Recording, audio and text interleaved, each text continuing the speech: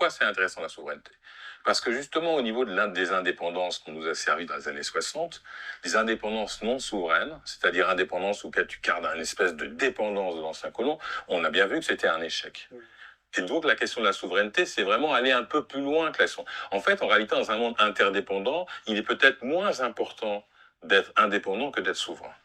On est interdépendant. Il n'y a pas de pays au monde, ou de personne, ou de système social qui n'est pas dépendant. Donc, à la rigueur, l'indépendance est peut-être une illusion par rapport à la souveraineté. La souveraineté, ça veut dire qu'on a un rapport de force qui nous permet de négocier nos dépendances. J'ai besoin de quelque chose, mais j'ai des choses aussi. Donc, la question de créer des lieux, pour moi, est une méthode, en fait, de souveraineté dont j'estime que c'est celle qui fait le plus changer le système.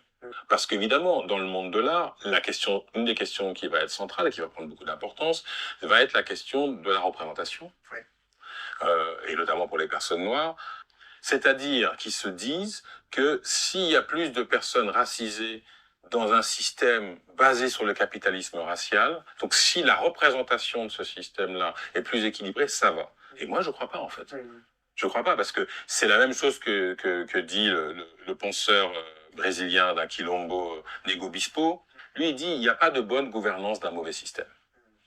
Donc lui, il se dit, finalement, dans l'espace qui est, lui, dans un quilombo, il s'estime être en dehors du capitalisme. Il dit, toutes vos variations de capitalisme, plus gentil, mieux humain, restent une gouvernance d'un mauvais système, d'un système qui détruit la vie, qui est basé sur le déséquilibre entre l'humain et le non-humain, entre les humains eux-mêmes. C'est un système de prédation, de destruction et d'épuisement. Et il a raison, c'est un système d'épuisement.